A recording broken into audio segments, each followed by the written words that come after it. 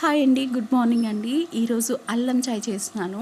కొన్ని వాటర్ వేసి, కొంచెం టీ పొడి, కొంచెం దంచిన అల్లం వేసి మరగపెట్టండి. నెక్స్ట్ కొంచెం లెమన్ గ్రాస్ వేసుకుంటే ఆ ఫ్లేవర్ బాగుంటుంది, టేస్ట్ కూడా బాగుంటుంది.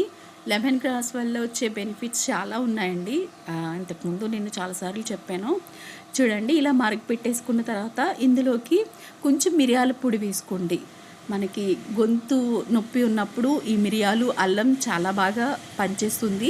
కొన్ని పాలు పోసి ఒక 2 మినిట్స్ మరిగిన తర్వాత ఇలా పంచదార కానీ లేదంటే కొంచెం బెల్లం కానీ వేసుకుని చక్కగా గ్లాసులోకి వేసి ఒకసారి తిరిగి పోసుకుని తాగితే ఆ టేస్ట్ చాలా బాగుంటుంది.